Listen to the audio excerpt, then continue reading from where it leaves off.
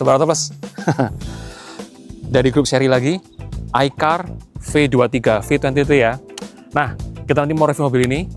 Tapi sebelum kita review, kita mau ngomongin dulu ada 10 fun fact yang agak nyeleneh ya di mobil ini ya. Unik, tapi beda dengan yang lain dan keren. Pertama kita mulai dulu yuk. 1. Desainnya unik, beda dari yang lain. Dia terinspirasi dari mobil Beijing BJ212 tahun 65-an ya. Itu yang mobil yang military banget ya. Atau ada yang bilang kayak Toyota hardtop ya. Unik yang itu adalah desainnya, dan ini kap mesinnya gagah, tapi dia ini kita nggak bisa buka ya. Ini tutup permanen, wipernya juga gaya-gaya Jeep klasik zaman dulu. Nah, ini ada 2 tutup modular yang kita bisa copot kalau kita mau ngisi cairan wipernya.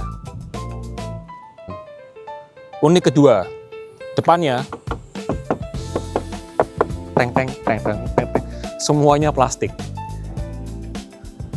3. Dia punya varian khusus ya, selain tipe X, Y, Z, dia punya varian khusus V23 Pro Plus atau Special Edition dengan tema cyberspace yang harganya itu bisa dibilang hampir 2 kali lipat dari harga yang terendahnya. 4. Masalah jati diri ya, identitas ya. Dan ini masuknya iCar, grupnya Chery.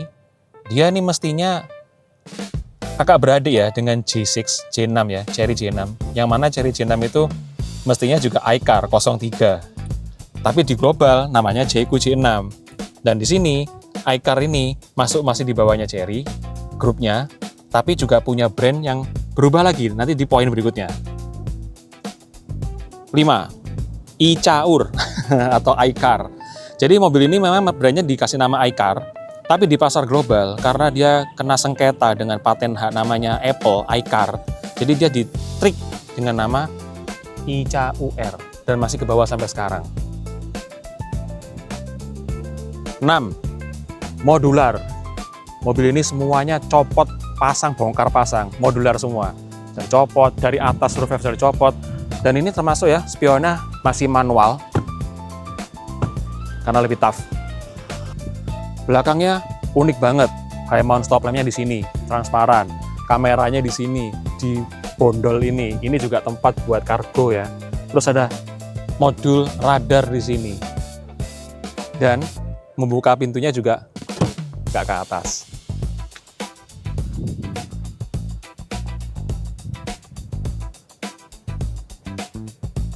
8. Di second row-nya, kursinya memang hanya buat 2 orang. Nggak ada buat orang di tengah, nggak ada armrest, nggak ada headrest juga.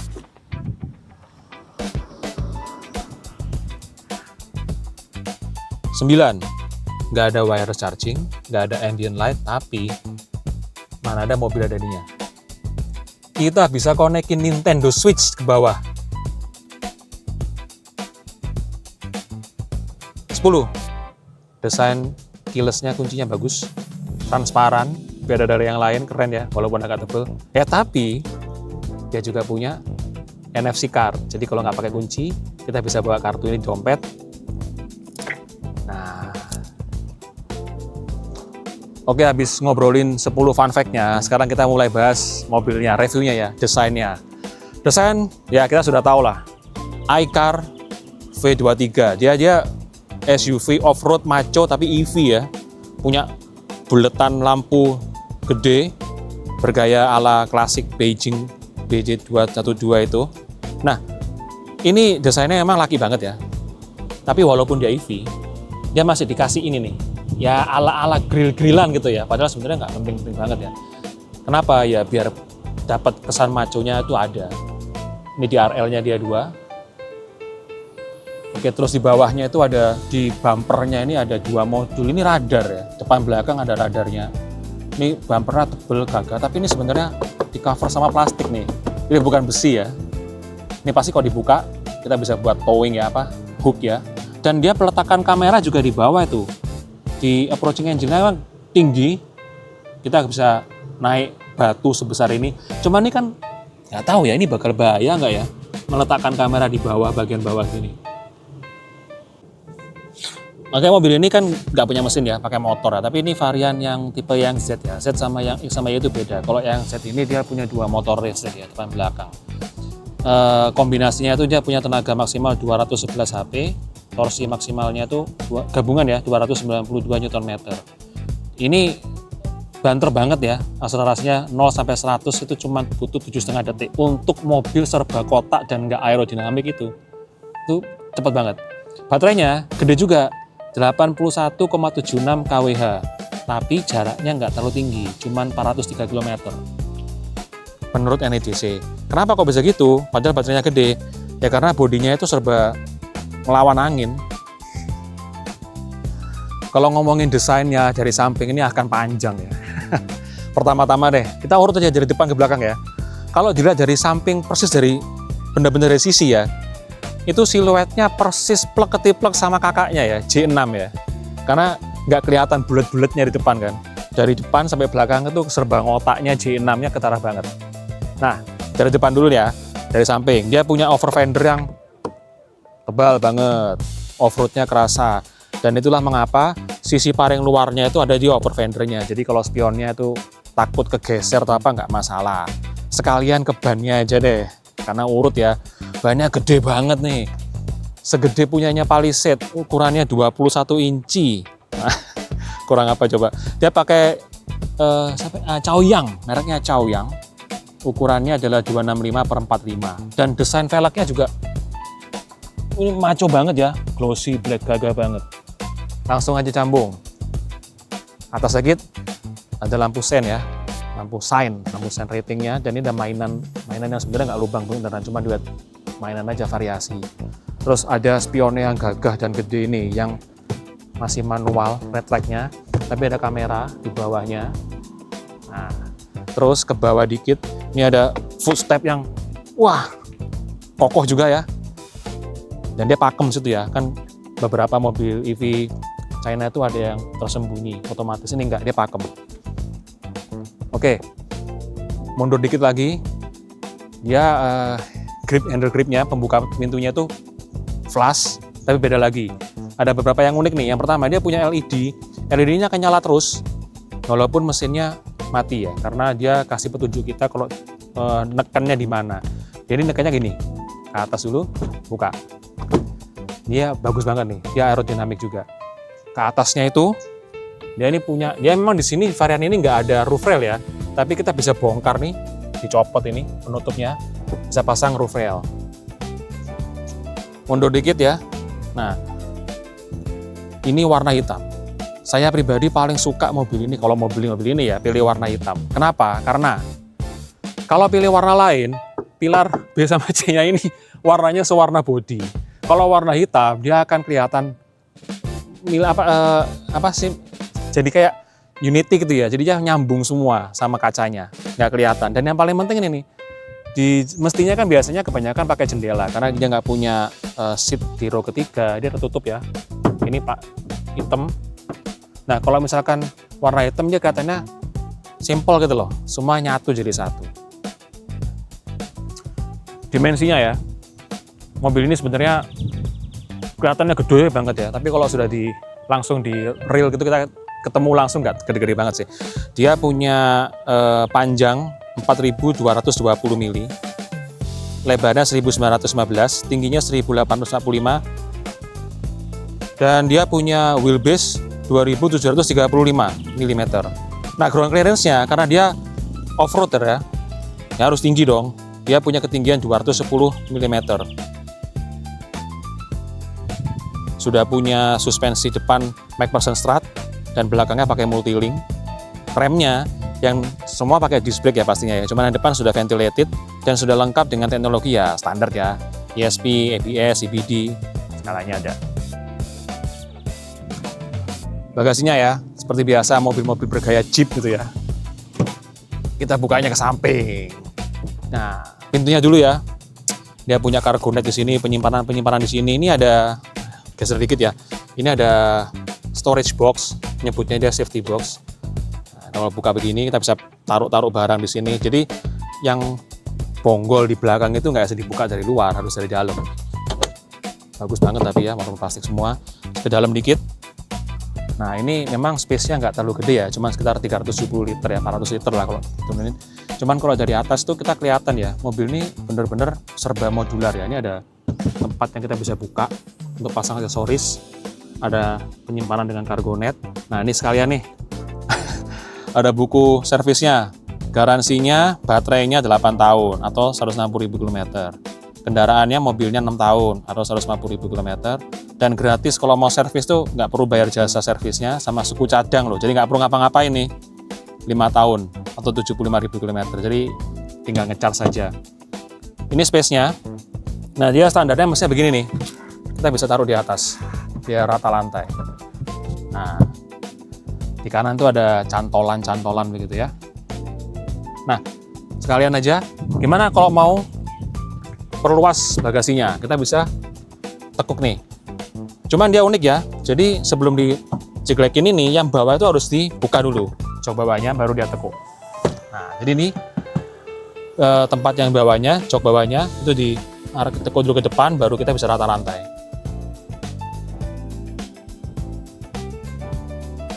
Sekalian nunjukin caranya ya, ngelipat kursinya. Ini by the way, bahannya mantep banget. Nah, kita harus buka dulu begini, baru kita tarik ini. Sorry. Nah, dia rata lantai.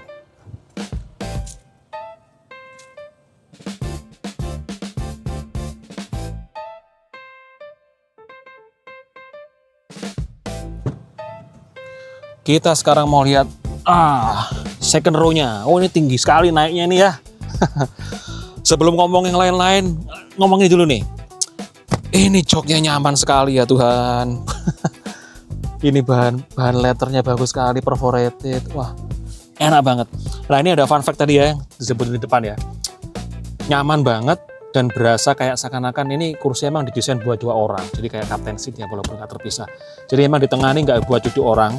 Lebar, bagus banget, bahannya oke, Isofix juga. Kalau kita ngomongin fiturnya ya, dia nggak ada sunroof, nggak ada panoramikan. Ini buat off-road ya.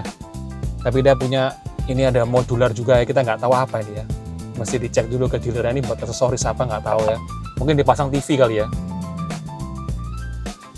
Door trimmer ya sekalian, desainnya juga maco sekali, minimalis dan keren banget. Kenapa? Karena pemilihannya hitam, kulit semua letternya ini, dan dia soft touch, stitchingnya putih, minimalis banget, dan dia dipilih warna satin silver, nggak ada krom-kroman, power window-nya di atas, unik ya. Nah jadi gini nih, jadi kalau mau auto tinggal tekan sekali, kebalik ya. Kalau mau auto nutup sekali aja, kalau ditahan malah nggak bisa auto. Nah ini handle-nya juga bagus ya, simple. Dan di bawah juga ada cargo net selaras dengan di depan ya. Ada ya variasi sedikit, warna kuning. Ada baut-bautnya juga kerasa maco banget. Dengan plafon hitam ya. Lagi-lagi kesan mewah dan maco yang dapat. Kita punya lampu yang sudah LED, ada grip di sini. Terus ini ada handle buat bantu kita naik turun ya. Penting nih soalnya emang tinggi banget. Dan itu pun juga ada coakan kecil yang diatur, dibikin sedemikian rupa kita bisa buat cantolan juga di sini. Door trimnya tadi sudah ya. Terus ke depan ini desain bagian belakang dari jok depan ya. Ini keras ya, plastik ya. Kita bisa copot juga nih. Ada baut-baut ini kita bisa pasang aksesoris juga. Mungkin kayaknya meja gitu ya. Ini ada cargo net juga. Nah yang keren kalau ke tengah adalah di sini center console nih. Nggak ada lubang AC, satu. Nggak ada charger port USB Type A, Type C, nggak ada. Juga nggak ada cup holder. Jadi malah dikasih logo. Logo mukanya, wajahnya si V23 ini. Dan ada tempat buat, ya mungkin buat naruh koin bawah. Tapi keren lagi adalah di bawahnya ini. Nah, ini rata lantai. Jadi kita tuh naiknya tuh emang bener-bener nyaman gitu loh. Sudah joknya itu kerasa empuk dan nyaman banget. Di dalam ini leluasa. Coba dilihat ya, ini saya tinggi 175 ya, ini posisi mengemudi saya, lihat nih, wah, ada berapa nih ya, 20 cm kayaknya, ini santai lihat nih, waduh, enak banget nih. Kita ke depan ya abis ini ya. Oke, kita mau ke bagian pengemudi ya, atau front row ya. By the way ini ada fun fact dikit ya, Ini ada Cherry Motor Indonesia, ini Cherry ya, grupnya Cherry, sudah dirakit di lokal ya. Oke, pertama nih seatnya, kalau bahan materialnya sama ya, kulitnya semua perforated juga, dan dia sudah elektrik, reclining elektrik juga. Ini anu ya, kanan kiri ya, passenger depan juga elektrik, tuh ya. Dan ini tempat duduknya itu kanan kiri sudah ventilated ya. Nanti kita tunjukin di di infotainmentnya. Nah terus yang keren lagi, kita langsung masuk ke desainnya. Dari kanan dulu nih, ini ada pegangan. Kenapa ada pegangan? Karena naiknya tinggi banget, kita butuh ini. Terus nih, rubang ventilasi nih, AC-nya ya, kisi AC-nya ini keren. Desainnya unik dan ada ornamen warna kuning, cocok banget nih. Hitam kuning nih bagus banget nih. Terus di atas, Voila, nggak ada instrumen cluster. Ini malah ada motif-motif kayak kulit atau bebatuan gitu ya. Kayak apa ya istilahnya ya, pokoknya ada motifnya itu, ada teksturnya gitu, dan ada logonya di sini, logo V23 sama leveling ini, headlamp di sebelah kanan. Nah, itu aja, nggak ada instrumen clusternya. Tapi katanya bakal ada aksesoris yang kita bisa pasang di sini, kita belum tahu ya. Setirnya dong, setirnya ini mobil off-road ya, dia ada tilt ya, tapi dia nggak bisa teleskopik. Oke ya, karena kenapa? Karena sebenarnya dia sudah cukup posisinya itu sudah cukup oke kok ya, commanding juga. Terus kita ngomong setirnya dulu, semua tentunya sudah kulit ya, keren, walaupun nggak flat bottom, mirip ya kayak flat bottom. Dan ini sangat minimalis ya, jadi dia punya tombol, ini bisa diklik, kanan kiri bisa diklik, tapi dia juga di roller, jadi dia bisa diatur juga di setting buat apa. Di belakangnya seperti biasa ya, Cherry ini ada ya standarnya Cherry ya, gear shifternya ada di sini, RND sama park tekan tombol sini. Yang sebelah kiri per lampuan sama per wiper yang tentunya sudah auto. Nah sekarang kita mau lihat ke center console yuk. Oke, ini desain dashboardnya secara keseluruhan ya. Yang pertama, sebelum ngomong dashboard ini dulu deh. Ini ya, sakit kelihatan nggak kaki saya nih? Ini sepatu coklat kok kelihatan ya. Ini nih kosong nih di bawah nih. Bener-bener khas ya, mobil-mobil Jeep zaman dulu ya. Jadi kita ongkang-ongkang nih di depan. Enak banget. Oke, ke dashboard yuk. Oke, pertama yang unik ya, yang beda adalah ini bener-bener banget kayak kalau kita nyetir mobil-mobil Jeep zaman dulu ya, kayak mobil-mobil kayak Toyota Hardtop lah gampangnya. Jadi dashboardnya itu kayak Suzuki Jimny deh, sama. Jadi nempel gitu loh, nipis ya, dengan jarak dengan kaca depan tuh tipis banget, jadi kayak nempel ke depan gitu loh. Terus desainnya itu juga saya suka banget, ini maco banget, laki banget, hitam, terus ada logo terbuat dari logam ya, Born to Play. Nggak tahu kenapa kok pakai jargon Born to Play juga nggak tahu ya. Kalau kasih nama iCar mungkin lebih keren. Ada airbag, tulisan V23, kisi AC juga ada ornamen warna kuning. Dan tapi mobil ini tuh nggak punya glove box di sini, jadi nggak ada tempat penyimpanan di sini nih, cuman dikasih ceklik. Nah ini buat pengait, mungkin buat nyantolin kantong plastik di sini ya, tapi nggak ada glove box. Nah terus kita sekarang fokus ke tengah nih. Ini adalah infotainment utama, layarnya ukurannya gede, 15,4 inci kayak laptop. Tapi yang beda dari kebanyakan mobil China yang kita pernah review adalah dia ini bener-bener bezelnya tipis tuh, lihat ya, jadi kayak berasa kayak kita pegang tablet Galaxy Tab S11 gitu ya, kerasa lux sekali dan resolusinya tinggi banget. Nah tapi juga ada yang unik nih, karena dia nggak punya instrumen cluster dipindah ke sini, jadi dia gede, tapi yang sebelah kanan itu dipotong, ini buat jatahnya pengganti speedometer instrumen cluster tuh, lihat. Jadi ada ya, ini kita lagi parking ya, mode driving mode kita, ada gearnya kita, baterai kayak handphone gitu ya, range dan macam-macam. Ini nggak bisa diganggu gugat nih. Ini penggantinya instrumen cluster. Yang di sebelah kanan baru kita bisa lihat ini, aplikasi yang ada di sini. Kalau kita tarik dari atas, ada shortcut standar ya, pengaturan lampu, ya macam-macam lah, wiper, screen cleaning, ini buat membersihkan kaca, terus screen saver displaynya ini, light mode ini buat gelap atau putih. Ini buat brake, setting buat rem, vehicle stability, Ini kok dimatiin karena kita nggak lagi naik gunung ya. Descent control. Auto hold-nya juga nggak ada di sini, nggak pakai tombol nih. Aduh, mati lagi nih. Auto hold-nya di sini ya, nggak akan ada di tombol, nggak ada. Dan ada shutdown vehicle power, jadi matikan kelistrikannya semua dari sini. Ini soket dari atas. Kalau dari bawah, nah ini soketnya tentang per AC-an. Jadi ini buat fan. Nah, terus ada kekerasan nih. Ada defogger, ada ini suhunya, touch ya, yang paling kecil. Ini sirkulasinya. Ini kalau ini eco. Terus ini ada berhubungan sama ini kita tunjukin deh. Aduh, itu lagi. Ini dia ventilator kecilnya di sini nih. Nah, dia untuk menyalakan dan mengatur fan dari seat kita, tempat duduk kita itu di sini nih. Ada indikator biru-biru kecil ini, 3 tingkat kecepatan. Kecil banget ya. Ini mode AC-nya, dingin atau angin gitu ya. Ini juga bisa ngatur nih dari sini. Nah, suhunya juga dari sini. Aduh, mati lagi nih soketnya. Oke, itu ya, soket dari bawah. Terus dia juga punya ini nih. Nah, ini monitoring mobil ya. Nah, ini kan sudah biasa ya, TPMS tekanan roda, tapi dia juga punya pengukur nih, kemiringan mobil nih, pitch sama roll-nya. Dia punya gyro gitu ya. Kalau kita lagi naik gunung atau apa, kita bisa lihat dari sini nih. Keren kan?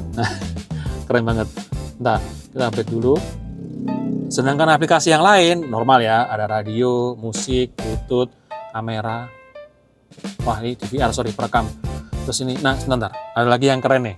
Mumpung lagi di sini. Selain Apple CarPlay sama Android Auto ya, dia punya namanya game mode. Tapi kita nggak tunjukin karena game mode ini kalau kita klik, dia ada keterangan. Please use DP cable to connect Switch device. Itu maksudnya adalah Nintendo Switch. Saya nggak tahu, belum bisa nyoba, belum bisa confirm apakah ini Nintendo Switch-nya support Switch 1 sama Switch 2 atau hanya Switch 2, belum tahu.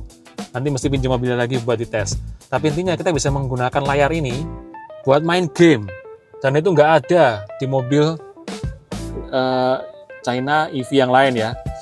Lanjut, normal ya, user, manual, segala macamnya, file management. Ini ya tadi, kamera kita. Dia sudah 540 ya, ada bawah juga. Kita bisa set, nah tradingnya ini juga smooth banget ya, nggak ada lag sama sekali. Nah, kita balik dulu deh, lupa lagi nanti. Manual, nah ini kiblat Android Auto sama Apple CarPlay ini yang beda juga. Tadi ya, shortcut tadi ya, kita bisa gunakan. Aduh, mantap kalau kita lagi off-road beneran tadi di sini. Ini sama ini, sorry, ada di sini shortcut. Ini buat speaker dan suara buat warning segala macam, pengaturannya dari sini. Itu jadi head unitnya. Ini shortcut buat musik. Nah, kalau kita serang ke bawah dikit, lagi-lagi kisi AC yang keren. Ya ini sebenarnya plastik ya, tapi nuansanya tuh finishingnya kayak logam nih. Jadi berasa banget maconya itu, gagahnya. Kombinasi warna kuning juga bagus. Terus turun lagi nih, yang keren lagi nih. Puteran dong. Jadi AC nggak harus diatur dari sini, tapi kita punya kontrol fisik di sini. Dan ini klikinya itu enak banget, kerasa mahal, kerasa nih, nggak dengar suaranya. Klik, klik. Panelnya juga pakai baut juga dong. Nih, attention to detailnya tinggi banget ya, kesan lakinya kerasa banget. Ini buat volume. Dan, nah yang paling kanan ini ada drive mode. Jadi kalau kita pakai driving ya, kita bisa rubah drive mode-nya. Jadi yang pertama tadi kita di Eco, nah itu lagi Eco, kita ada Comfort, ada Sport, wah ada gimmick-gimmick itunya animasinya ya. Slippery ya buat jalanan yang licin kalau kita akan di hujan, aduh kok hilang cepat sekali. Jalan yang berhujan, ini buat off-road, dan ini buat individual, kita custom. Nah, itu. Semua diakses dari sini. Nah ini kita kembalikan dulu ke netral ya. Kalau di parking aja deh. Terus ke bawah lagi, keren lagi, ada tombol-tombol fisik lagi yang kerasa mahal banget, kayak kalau boleh mengkayak-kayakkan ini kayak Mini Cooper ya. Ini buat apa nih? Di setting buat favorit, kita bisa custom buat apa. Ini cuman defaultnya ke bawah ke kamera ya. Terus ini buat sirkulasi ya, udara. Ini ada asap. Keren ya. Ini ada fogger ya. Nah ini los sudah nggak ada apa-apa. Jadi tadi ya enak banget nih kaki ke sana, kerasa luas banget rasanya. Oke, center console ini nih unik ya. Kenapa kok unik? Karena bentuknya beda ya, tinggi banget, tidak dalam bentuk jegregan yang bisa dinaikkan di leveling gitu, tapi ini enak banget ya, nyaman, dan dia bahannya soft lagi, kulitnya bagus banget. Ini kalau dibuka satu, nah kita punya kompartemen di sini. Di sini disediakan 2 Type C dan 1 Type A, dan ada lambang ini ya, ada lambang kamera ini, kita bisa connect untuk ke head unit, jadi menampilkan video atau segala macam. Dan ini ada, kita selepas, dalam banget tuh ke bawah tuh, lihat nih tangan, hampir 1 lengan nih. Ini ya, modular semua di sini, modular semua nih, keren ya. Practicality-nya bagus banget. Terus ini ya, nah ini ada lubang kecil nih di sini nih. Ini buat jalur kabel, jadi kita nggak ada wireless charging di sini. Tapi kita bisa nge-charge handphone kalau kita punya kabel sini ya, kita colok keluarin sini, masuk ke USB-nya.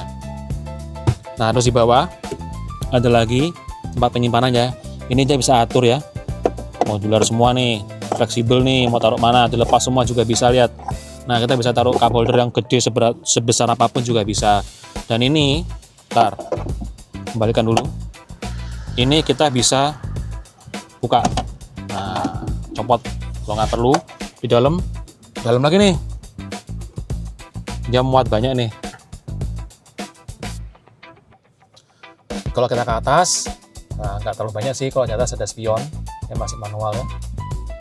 Terus ini, nah ini tombol-tombolnya juga mungkin bisa di zoom ya.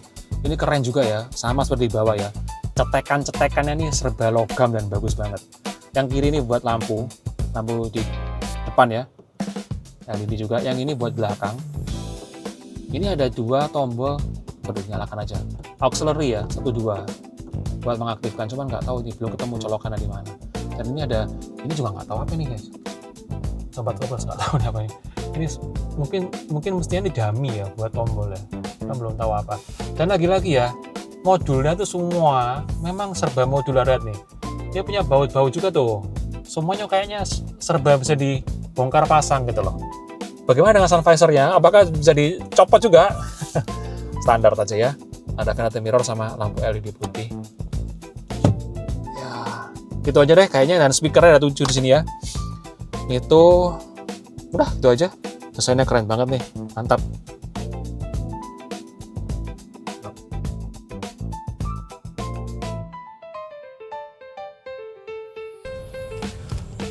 Oke, kita coba jalan V23.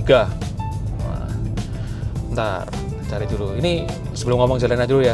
Ini ternyata walaupun setirnya ini nggak ada teleskopik ya, ternyata emang bener kok, enak kok. Kenapa? Karena memang posisinya emang sudah commanding banget dan mepet sama dashboardnya. Yang mana dashboardnya emang mepet juga ke kaca, jadi nggak perlu ada pengaturan gitu ya. Jadi kita cukup menyesuaikan ini aja, seat kita aja. Enak banget. Terus kalau ngomong power ya ini mobil listrik ya, lagi-lagi ya. Tenaganya gede juga, jadi kita coba ya. Wow, lihat tuh speednya. Lihat speednya, gila. Walaupun mobil kotak serba nggak aerodinamis, tapi akselerasinya luar biasa. Terus kelincahannya juga bagus banget. Kita mau coba ini deh, coba cari ini ya, radius putar ya, sekarang mencari belokan putarannya. Lincah banget. Masalahnya ini nggak terlalu luas ya, karena banyak motor dan mobil di sekeliling juga. Akselerasinya oke. Terus kalau urusan suspensinya, ya karena dia sudah MacPherson juga, belakang juga multilink, jadinya nyaman ya. Kalau dibilang kaku nggak juga sih sebenarnya ya. Ini cukup nyaman sih sebenarnya. Tuh, kita nggak ketemu ini ya, nggak ketemu speed bump juga soalnya. Tapi cukup empuk ini untuk ukuran mobil off-road ya. Jangan dibandingin sama mobil ini ya, tapi kalau untuk ukuran mobil off-road Jeep gitu ya, anggapnya kayak Jeep gitu ya, ini empuk nih. Nah, kita ada putaran di depan, coba deh. Wah, ini lincah banget ya setirnya. Wow.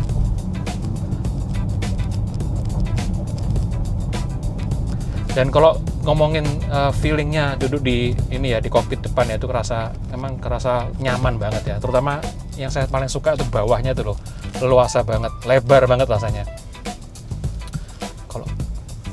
ini kalau kita mentokin, radius putarnya juga tajam banget loh.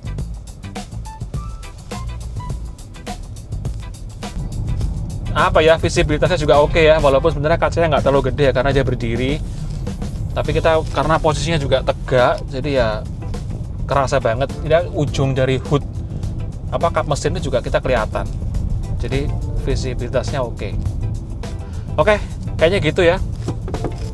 Impresi berkendara awalnya mobil ini ya, nggak sempat ngetes jangka panjang sih. Tapi inilah dia iCar V23.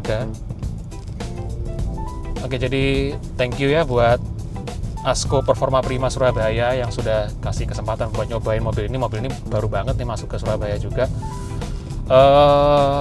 Ya udah, gitu aja. Thank you Sobat Oplos, sampai ketemu di video-video kita berikutnya.